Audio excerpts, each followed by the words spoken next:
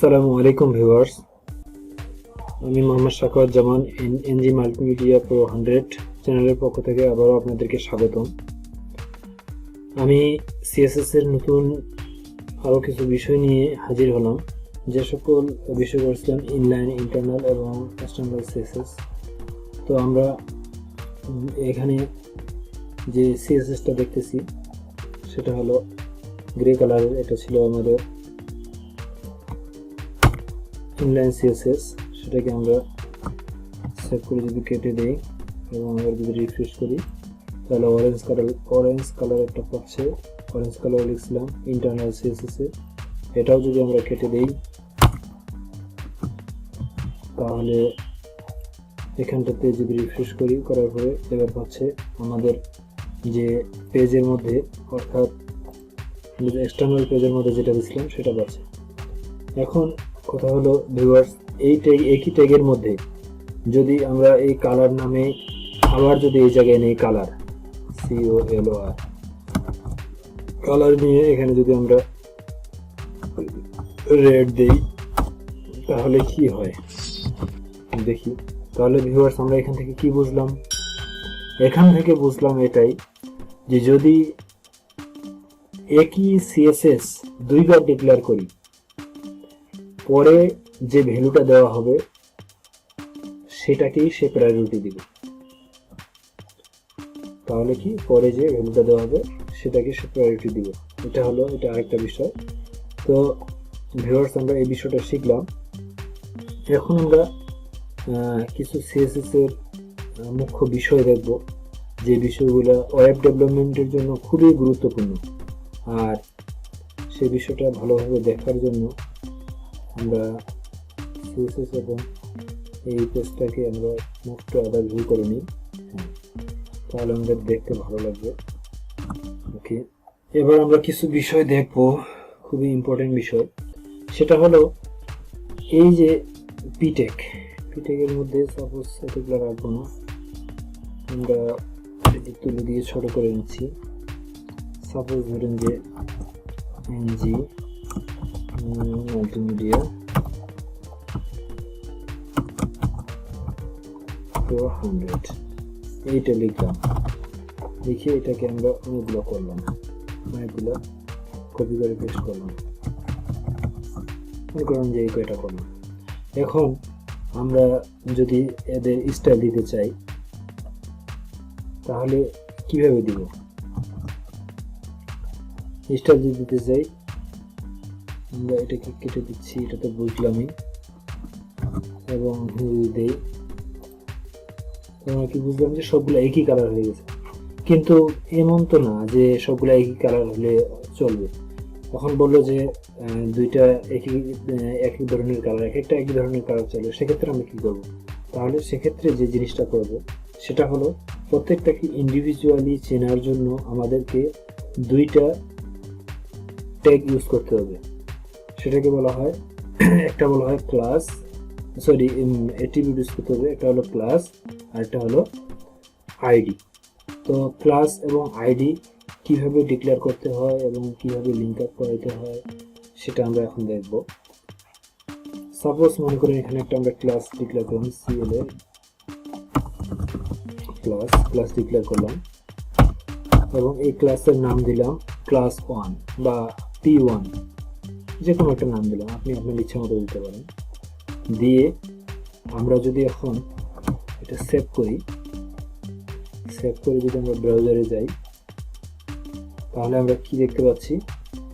ব্রাউজারে গেলে আমরা আমাদের ব্রাউজারে গেলে এই পি ট্যাগটাকে সে পাচ্ছে, যার ফলে সবগুলোতে দিচ্ছে। আমরা যদি এটাকে P1 করে দেই আর যখন কোনো সিএসএস ডিক্লেয়ার করব তখন সিএসএস এর পূর্বে এটা যে সিএসএস এটা বোঝার জন্য সামনে ডট থাকতে হবে, তাহলে সেটা সিএসএস। এবং এখন যদি আমরা রিফ্রেশ করি তাহলে আমরা কি দেখতে পাচ্ছি? আমরা দেখতে পাচ্ছি যে কোনো চেঞ্জ হয়নি, কোনো পরিবর্তন নেই। কেন পরিবর্তন হয়নি? আমাদের যে ক্লাস ডিক্লারেশন কি হয়নি, ঠিক হয়নি। এখানে আমরা ভুল করছি, সরি। এবার যদি আমরা যাই এই যে তার মানে কি বুঝলাম ভিউয়ার্স, যে ক্লাস যখন দিচ্ছি তখন সে এই জায়গায় ক্লাস ডিক্লেয়ার করার সঙ্গে সঙ্গেই সে যেটার মধ্যে ক্লাস পাইছে সে সেটাকে দিছে। আমরা চাচ্ছি যে এটাকেও একই কালার করব, এটার মধ্যে দিয়ে দিলাম কন্ট্রোল ভি দিয়ে যদি আমরা সেভ করি, যদি ব্রাউজারে যাই রিফ্রেশ করি, তাহলে যেই দুটার মধ্যে আমরা সিএসএস দিচ্ছি সেই দুটো পাইছে। তো এটা হলো সিএসএস। এবং আমরা যদি আইডি দিতে চাই তাহলে আমরা আইডি কিভাবে দিব? আইডি দেওয়ার নিউ হলো আইডি, মনে করেন এর নাম দিলাম ID1, ID1 নামে দিলাম, কন্ট্রোল এস। আর এখানটাতে আইডি দেওয়ার জন্য নতুন একটা নিব। আইডি ডিক্লেয়ারের সময় অবশ্যই ওর পূর্বে হ্যাশ থাকবে। আর ID1 নামে নেব, দিব,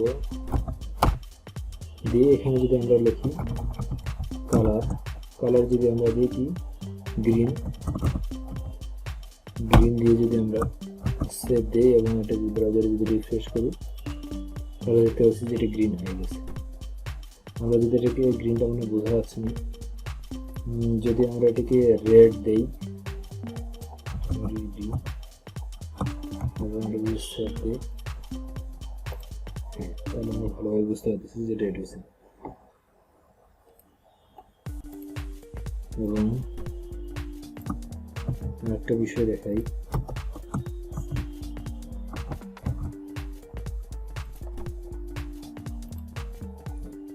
তাহলে ভিউয়ার্স একটা জিনিস এখানটাতে আমরা বুঝতে পারলাম যে ক্লাস এবং আইডি কিভাবে ডিক্লেয়ার করতে হয় এবং ক্লাস এবং আইডি কিভাবে ট্যাগের মধ্যে দিতে হয় এবং সেটা এক্সটার্নাল পেজে কিভাবে ডিক্লেয়ার করতে হয়।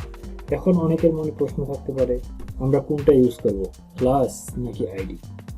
ক্লাস এবং আইডি দুইটা একই ধরনের দেখতে হলেও, একই ধরনের কাজ মনে হলেও এদের মধ্যে কিছু পার্থক্য আছে।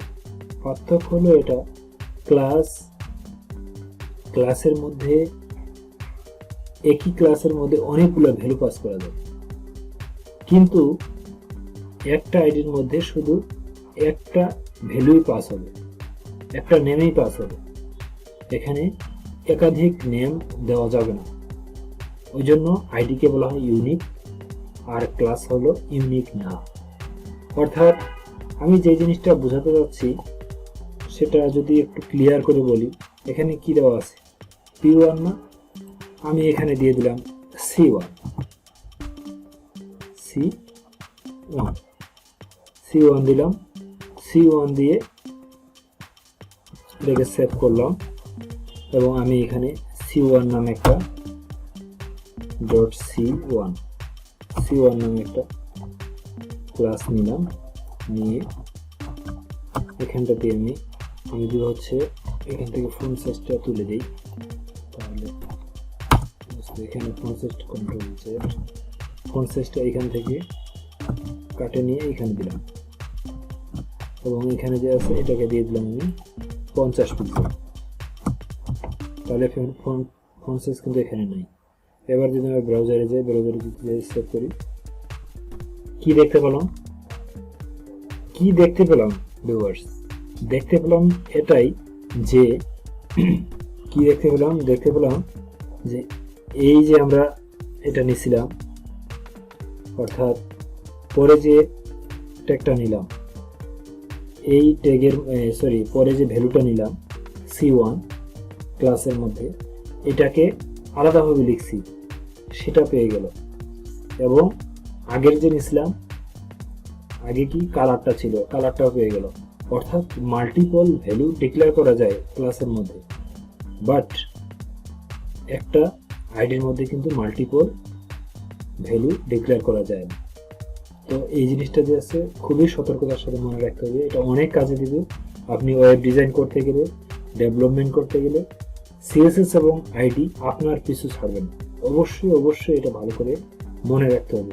আর এটাই সব থেকে বেশি ভুল করা হয়, যার ফলে অনেক সমস্যা করে বিগিনার লেভেলের যারা ওয়েব ডিজাইনার এবং ডেভেলপার। এই বিষয়টা আমি এই জন্যই দেখাই দিলাম। তো তাহলে বুঝতে পারছেন ভিউয়ার্স যে কিভাবে কাজ করতেছে। আমরা এখানটাতে দুইটা একই ধরনের, এটাকে যদি আমরা এই জায়গায়ও যদি দিই তাও কাজ করবে,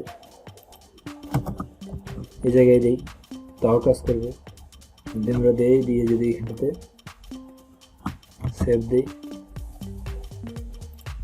এই যে কাজ করতেছে।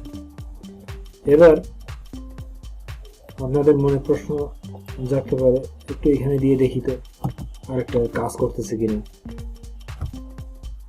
D1 নামে দিলাম, দিয়ে সেভ দিলাম, আর এখানটাতে D1 নামে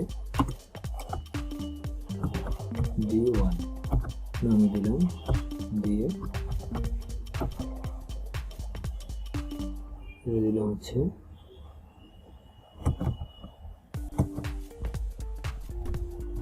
ফন্ট সাইজ, এটাকে কপি করে এখানে বসাই দিলাম 50 পিক্সেল দিয়ে। যদি এখন আমরা সেভ করি, কি দেখায় দেখেন, কিছু দেখাচ্ছে, কোনো পরিবর্তন হয়েছে? তার মানে কি কোনো কাজ করতেছে না। তার মানে কি করতেছে না, কোনো কাজ করতেছে না। আবার এই সিএসএসটা যদি আমরা এখানে না বসায়, যদি আমরা এই যে এই ট্যাগের ভিতরে বসাই দিই, এই সিএসএস এর ভিতরে বসাই দিই, তাহলে কি হয় দেখেন। তুলে দিলাম, এটাকে তুলে দিলাম,